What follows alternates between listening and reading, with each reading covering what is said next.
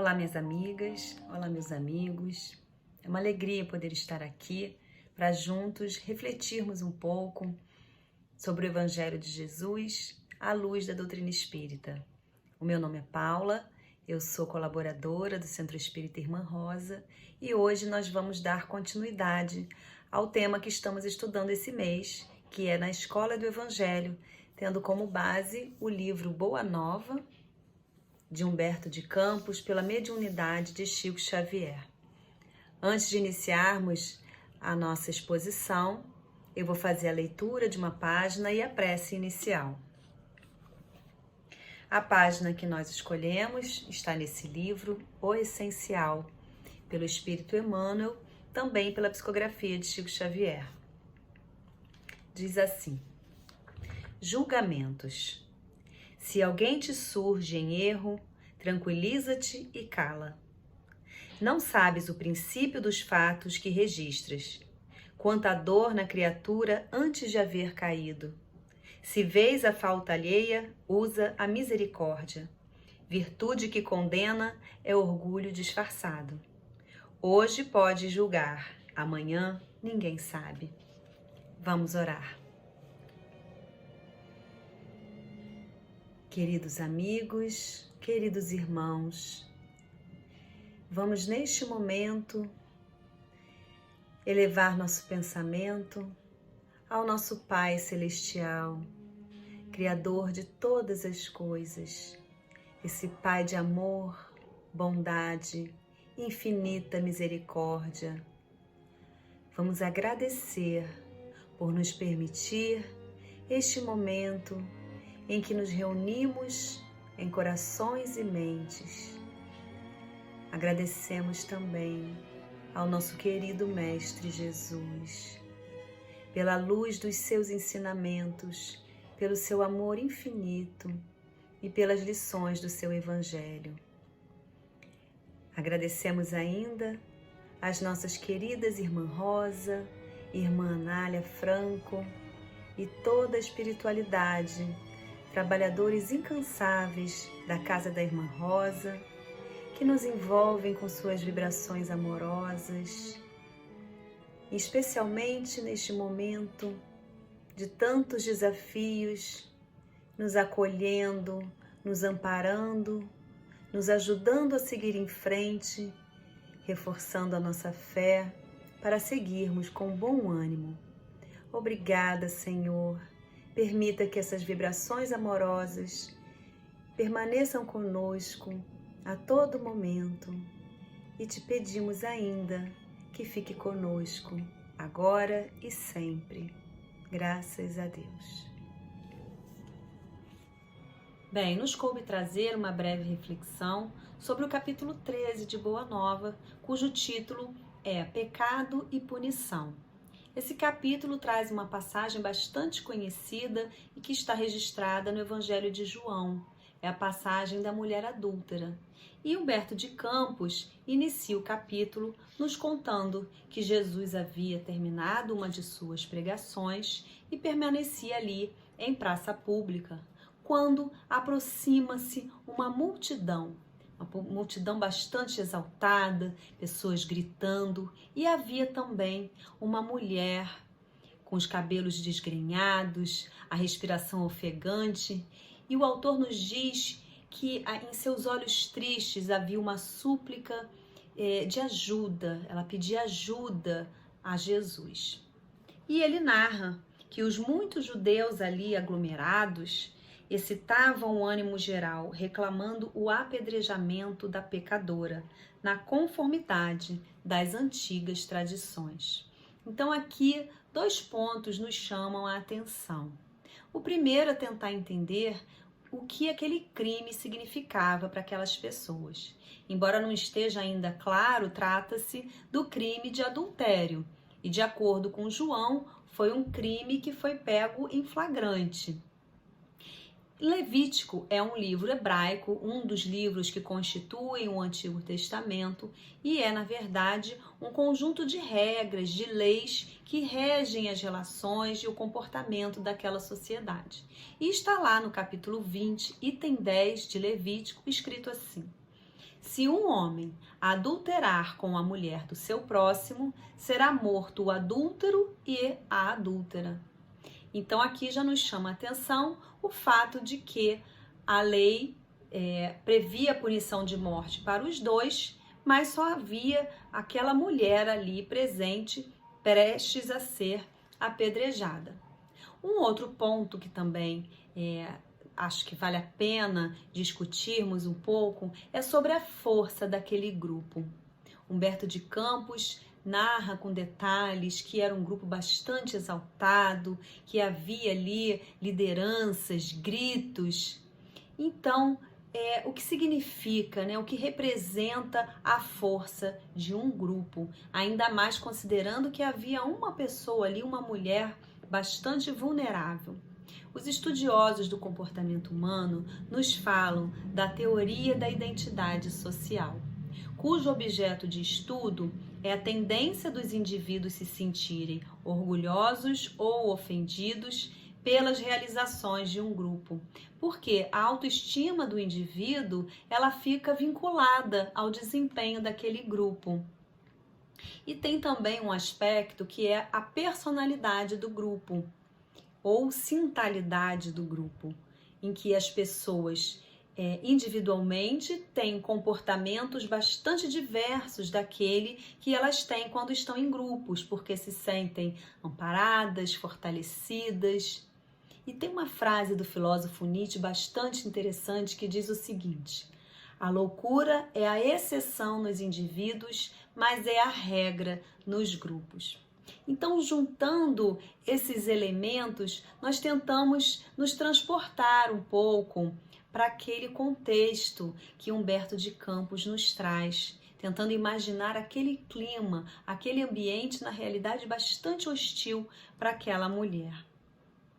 João, em seu evangelho, acrescenta ainda que havia algo por trás daquela história, por trás daquela tentativa de se fazer justiça. Ele nos diz que os escribas e os fariseus levam aquela mulher até lá para deixar Jesus em uma situação difícil, para testar Jesus, fazendo com que ele precisasse se posicionar, decidir entre o cumprimento à lei de Moisés ou o seu amor incondicional, misericordioso com todos, inclusive com aqueles que eram devedores da lei. Então, na verdade, existia essa intenção de deixar Jesus numa saia justa. E Humberto de Campos diz que Jesus é solicitado a se constituir juiz dos costumes do povo, ou seja, se posicionar. E aí, com total serenidade, desassombro, Jesus diz aquela frase que todos nós conhecemos: aquele que estiver sem pecado, atire a primeira pedra. Humberto de Campos diz que se fez sentir uma surpresa inquietante, porque aquela frase teve o efeito de uma onda que atingiu o íntimo de todos ali. E de repente, de uma hora para outra, a força daquele grupo se desfaz, porque as pessoas se veem obrigadas a fazer um movimento para a individualidade. E olhando para dentro de si mesmos, identificando os seus próprios equívocos, ninguém mais pôde condenar aquela mulher. E aí, Humberto de Campos diz que aos poucos as pessoas foram se retirando, permanecendo ali a mulher ainda chorando, tampando o rosto, provavelmente sem entender ainda o que estava acontecendo, e permanecia também alguns discípulos que estavam ali presentes. Num dado instante, segue o autor, o mestre divino ergue a fronte e pergunta à mulher: mulher, onde estão os teus juízes? Ninguém te condenou? Também eu não te condeno. Vai e não peques mais. E a mulher, tocada profundamente por aquele momento inesquecível, sentindo-se iluminada pela generosidade do mestre, ela vai se afastando. Mas permanecem ali, como já foi dito, alguns discípulos, que na realidade eram homens que, embora estivessem ali muito próximos a Jesus, convivendo, bebendo naquela fonte inesgotável de amor, eles tinham muitas dificuldades de entender aquela proposta tão diferente de Jesus. E eles entendiam que não havia sido cumprido a lei, não havia sido feita a justiça, afinal. Até que João se aproxima de Jesus e diz: Mestre, por que não condenastes a meretriz de vida infame? Então, João aqui traz um elemento a mais sobre aquela mulher. Tratava-se de uma mulher que se prostituía, ela era uma meretriz. E Jesus vai puxando de João que ele reflita sobre alguns pontos importantes. Afinal, ele não sabia o que havia por trás da história daquela mulher. Ele não imaginava, nunca tinha vivenciado as vicissitudes que ela já tinha experimentado. Jesus diz: não sabes quantas vezes tem sido ela objeto do escárnio dos pais, dos filhos e dos irmãos das mulheres mais felizes. Afinal, tratava-se de uma mulher que se prostituía. Não seria justo agravar-lhe os padecimentos infernais da consciência pesarosa e sem rumo. Jesus sabia muito bem que tratava-se de uma alma sofrida e que ela mesma, pela sua própria consciência, se punia por aquilo. Mas João ainda não estava plenamente satisfeito. E ele diz: não está escrito que os homens pagarão ceitil por ceitil os seus próprios erros? E Jesus seguia muito sereno, sorrindo, sem jamais se perturbar, seguia esclarecendo ao jovem discípulo, até que ele chama atenção por um ponto muito importante, não pela primeira vez ao longo de seu evangelho. Ele chama a atenção para a hipocrisia. Ele diz assim: há sacerdotes da lei, magistrados e filósofos, que prostituíram suas almas por mais baixo preço. Contudo, ainda não lhes vi os acusadores. A hipocrisia, ele continua, costuma campear impune, enquanto se atiram pedras ao sofrimento. E aí, meus amigos, mais de 2000 anos depois desses ensinamentos imperecíveis do Mestre Jesus, mudou alguma coisa? Precisamos nos questionar, refletir sobre isso. Se observarmos as sociedades, onde estão a maioria dos criminosos? Ou ainda, se olharmos para os presídios, quem é que constitui aquela maioria? Será que as sociedades têm o mesmo olhar para aqueles que são mais humildes, em comparação com aqueles que são mais poderosos? Fica aí para a nossa reflexão. Um outro ponto também que gostaríamos de destacar era a questão da autoridade moral de Jesus, porque era isso que fazia com que, aos poucos, aqueles discípulos, ainda homens muito rudes, fossem assimilando, fossem digerindo aqueles ensinamentos tão diferentes, aquela proposta tão diferente que Jesus trazia. Além disso, foi pela autoridade moral de Jesus que se fez aquele silêncio quando ele propôs que atirasse a primeira pedra aquele que estivesse sem pecado.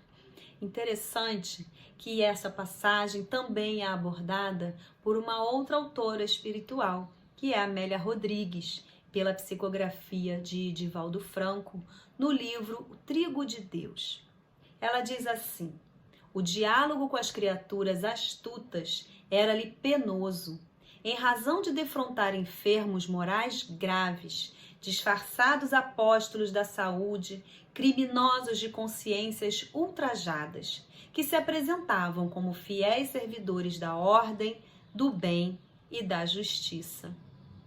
Então, meus amigos, havia, como podemos imaginar, uma grande diferença, além daquele magnetismo que envolvia aquela aura poderosa de Jesus, havia uma distância que ninguém podia calcular, ninguém podia compreender aquela distância moral entre Jesus e os demais. E aí, Humberto de Campos narra que o mestre segue esclarecendo João, chamando a atenção que somos todos centelhas divinas e que temos o potencial divino dentro de nós. Então, João vai assimilando, vai meditando, vai digerindo aqueles ensinamentos e se afasta, por fim, com um olhar de profunda admiração para o seu mestre. E aqui, neste momento, gostaríamos de relembrar que Humberto de Campos também aborda esta mesma passagem em outro de seus livros, pela psicografia de Chico Xavier, só que ele já assinava como Irmão X. O livro é Contos e Apólogos, e achamos interessante trazer uma parte, um trecho desse livro, porque se em Boa Nova Humberto de Campos fala, dá detalhes dessa conversa com João, em Contos e Apólogos, ele chama a atenção para o diálogo com Pedro. Pedro era aquele apóstolo de temperamento muito forte, um homem rude. E Pedro também, assim como João, não estava lá aceitando muito bem aquele perdão, entendendo que não foi cumprida a justiça. Mais do que isso, ele temia que aquilo fosse um incentivo para que as pessoas não cumprissem mais a lei, para que fosse um mau exemplo para as famílias. E aí, enquanto eles conversavam, aproxima-se do local uma velha mendiga. E ela vai dizer que aquela senhora, aquela mulher que estava prestes a ser apedrejada, era sua sobrinha que cuidava da mãe, que era cega e paralítica. E ela acrescenta que elas estavam indo comprar alimentos para a família quando foram abordadas por um assaltante. A mulher acabou entrando em luta corporal com o assaltante, que ficou muito aborrecido e conhecedor da sua condição, né, de uma mulher meretriz, ele acaba incitando as pessoas, insuflando as pessoas para que ela fosse condenada. E então Pedro, de certa forma, se sensibiliza um pouco com aquilo. E aí ele muda o foco, ele começa a perguntar, então, onde é que estava aquele miserável? E então a velha senhora aponta para uma casa de peregrinos, para onde Pedro se dirige. Jesus, segundo narra o autor, segue acompanhando, e Pedro vai já com os punhos cerrados, em busca daquele homem que estava atrás da porta, trêmulo, morrendo de medo. Quando Pedro consegue acessá-lo, é aquela grande surpresa. Pedro fica desconcertado, porque tratava-se de Efraim, que era irmão adotivo da sua esposa. Pedro fica perplexo. Ele olha para o Mestre Jesus e pergunta: Mestre, o que fazer? E Jesus, com todo o seu amor, abraça o discípulo e diz a ele: Pedro, não devemos julgar para não sermos julgados. É preciso discernir. Então, é muito interessante essa narrativa de Humberto de Campos, que ele nos traz esse relacionamento, essa troca mais próxima do mestre com os seus discípulos, ainda tão sedentos de conhecimento, ainda tão necessitados de uma sabedoria, de um amadurecimento. E o que a doutrina espírita nos traz que pode ajudar na nossa compreensão diante dos ensinamentos contidos nessa passagem? No Evangelho segundo o Espiritismo, no capítulo 10, também aborda essa passagem. E Kardec nos traz a questão da indulgência, deixando claro que todos nós precisamos de indulgência também. E dizendo que ela nos ensina que não devemos julgar com mais severidade os outros do que nos julgamos a nós mesmos, e nem condenar os outros aquilo que nos absolvemos.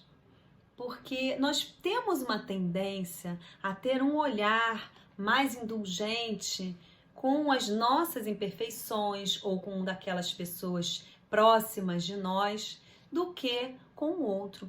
E às vezes isso se mostra em detalhes muito pequenos, em situações muito corriqueiras. Me faz lembrar, por exemplo, quando as crianças são ainda muito pequeninas e começam a frequentar o jardim, o maternal, vão para a escolinha e tem aquela fase que deixa as mães com o coração muito apertado, em que a criança volta para casa com aquela mordida, com aquele braço roxo. E aí as mãezinhas e os pais também ficam assim com o coração triste, né? Ficam tristes de ver o filhinho machucado. E aí alguns, como já pude testemunhar, alguns exigem que a escola tenha uma atitude, que ela se posicione. Alguns querem até que aquela criança seja repreendida, castigada, sem saber também se além daquela fase natural, se há alguma coisa por trás daquela família que pode estar refletindo no comportamento da criança.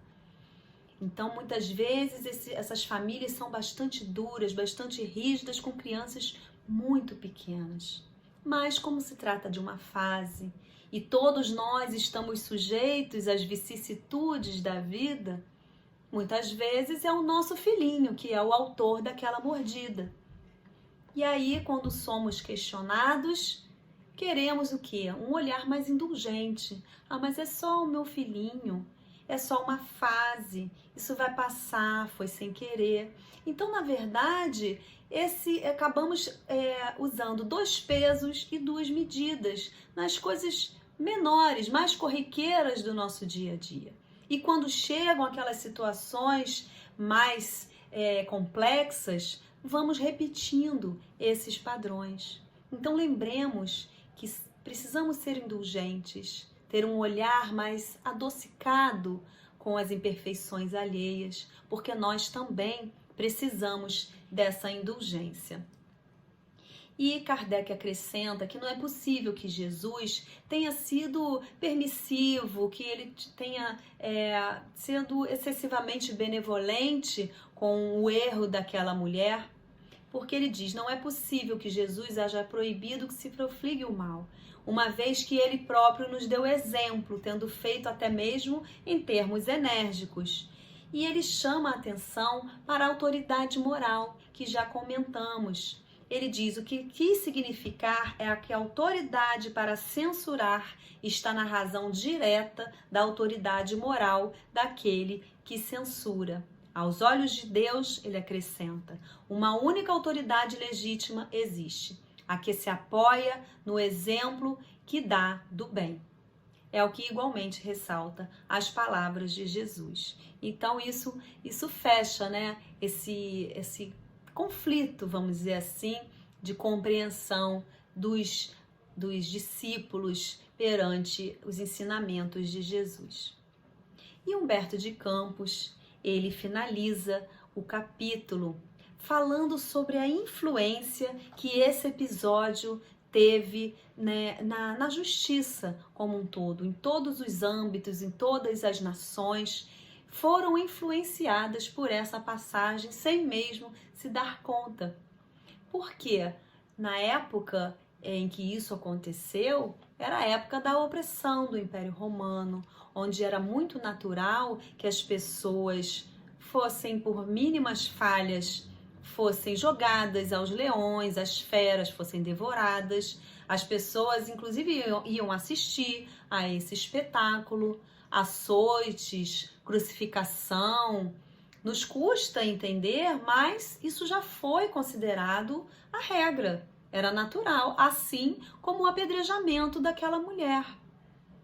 E hoje, por mais que as nossas leis sejam imperfeitas, porque são feitas pelos homens e os homens são imperfeitos, se olharmos para trás, já evoluímos bastante. Precisamos ainda caminhar, mas felizmente aquelas atrocidades já não são mais consideradas normais.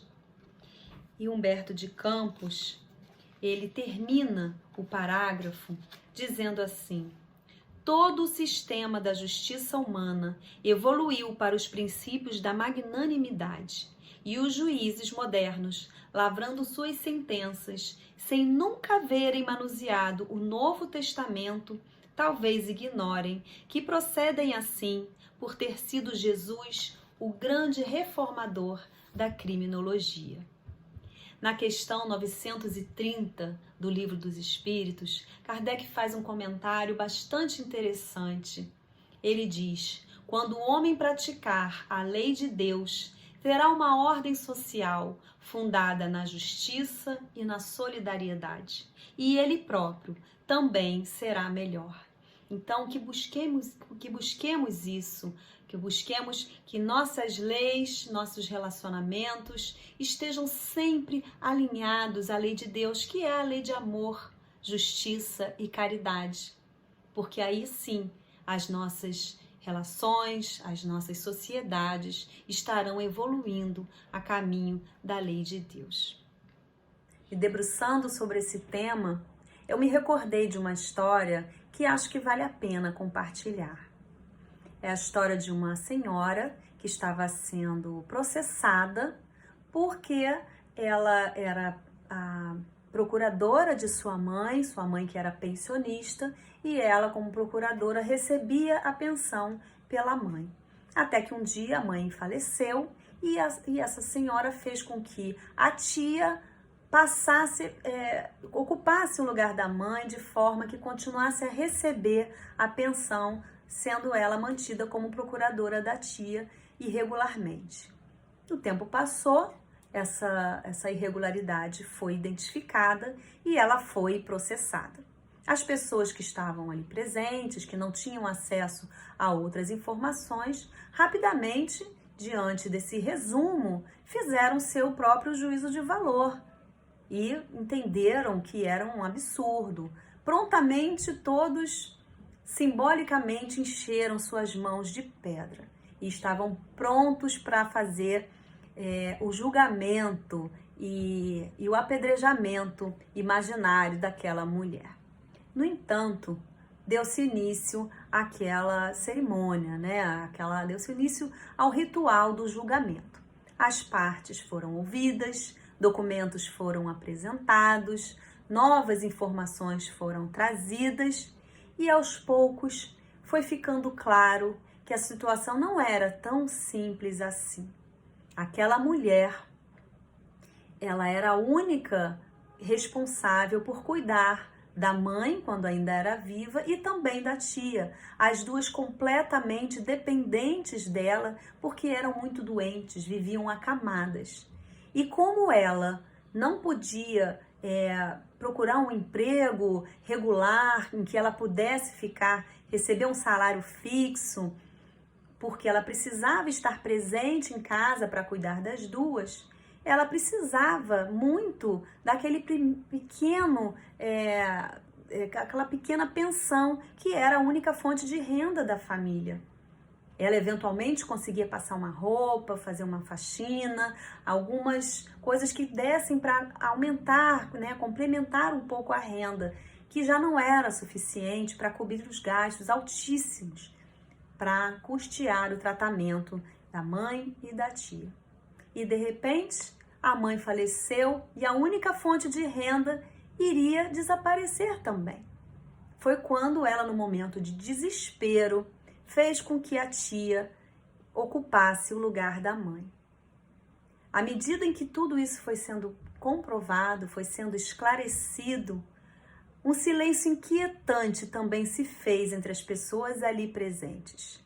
Porque assim como no caso contado por Humberto de Campos, todas as pessoas que estavam ali passaram também a fazer uma avaliação individual. E diante daquela situação daquela mulher, provavelmente jamais vivenciada pelos demais presentes, e diante também dos seus próprios equívocos, ninguém mais também pôde condenar aquela mulher. E ao final da sessão, aquele juiz se levantou e, para surpresa de todos, ele se disse envergonhado de estar ali, julgando aquela mulher tão necessitada de apoio. Logo ele, que por sua função tinha acesso e julgava situações muito mais graves, em que envolviam montantes de dinheiro absurdos, por motivos fúteis, de luxo, pessoas em busca de luxo, de riqueza, de ganhos cada vez maiores, desvios de verba, entre outras situações bastante complexas. E ele se sentia muito pequeno, porque ele não podia avaliar o que ele mesmo teria feito se tivesse no lugar dela. Ele também deixou claro que era evidente que havia sido cometido um crime e que deveria ser reparado, mas que ninguém ali tinha autoridade moral para julgar aquela mulher sem a devida indulgência.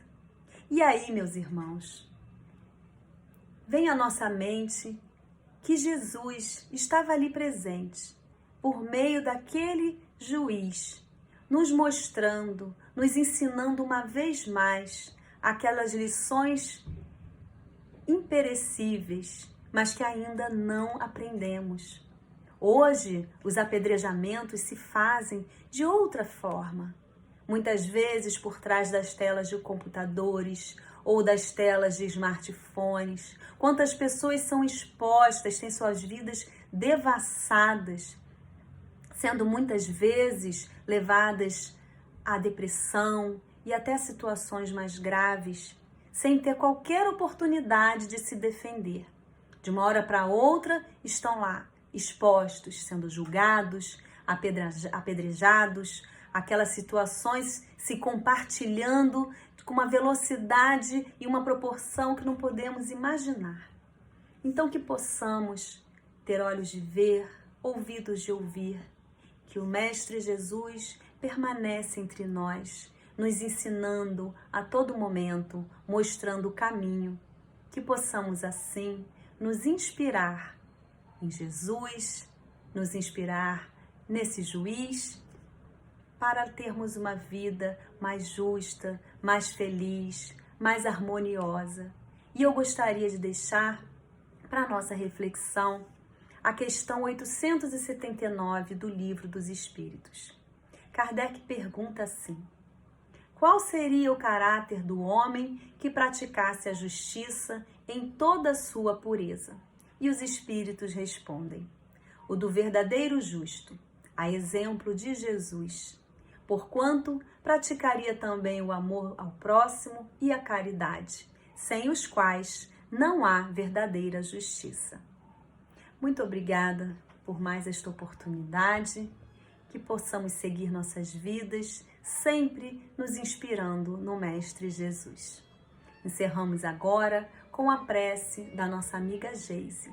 Até uma próxima vez e muita paz.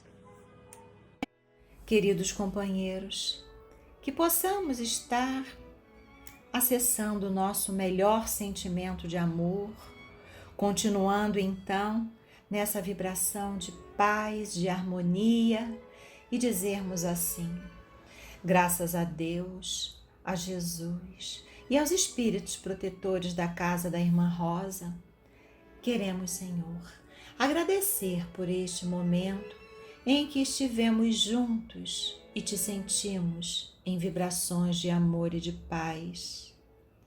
Queremos, Senhor, com o nosso melhor sentimento de gratidão e de amor, pedir por todos os profissionais que estejam trabalhando para a manutenção do que vem a ser o essencial para as nossas vidas. Que todos sejam envolvidos por sentimento de paz, de esperança, de amor e de serenidade. Queremos pedir por todos os nossos irmãos, por toda a humanidade. Queremos, Senhor, pedir por todos os lares, pedir para que o afeto, a compaixão, o amor se faça presente. Pai nosso que estás nos céus, Abençoe as autoridades competentes no campo técnico e científico da pandemia mundial, que sejam todos inspirados e intuídos pelo alto sobre o melhor método a ser utilizado. Queremos pedir e envolver com muita amorosidade, muita compaixão e respeito a todos que se encontram doentes e igualmente envolver a todos os seus familiares, que possamos estar envolvendo e levando conforto, esperança e consolação a todos eles. Queremos agradecer pelas conquistas que se fazem presente diariamente através dos procedimentos que estão sendo utilizados para o tratamento do coronavírus, que os profissionais possam ser intuídos pelo alto de qual a melhor forma, qual o melhor método de procedimento para cada paciente. Precisamos também agradecer por essa corrente do bem, porque o bem, ele está se expandindo a cada dia através dos gestos de generosidade e compaixão. Agradecer por este planeta, que é uma escola bendita e que a cada dia uma nova lição, e que possamos então ser felizes pela escolha do conhecimento e que tenhamos a vontade, meu Pai, de compreender que essas lições bem sentidas e resolvidas são ferramentas para melhor vivermos. Querido Mestre, agradecemos pelos mais variados grupos religiosos que estão envolvidos nesse momento em levar a consolação, a esperança para as pessoas que sofrem. Queremos agradecer porque estamos aqui reunidos em Teu nome, nessa casa de luz e de amor que vem a ser o Irmã Rosa. E queremos agora, Mestre Jesus, médico de nossas almas, te rogamos pela fluidificação das águas, que seja colocada em cada água os elementos necessários para que cada um de nós possamos melhor viver.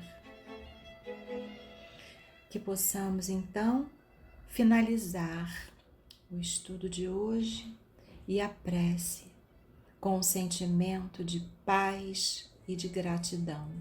Graças a Deus.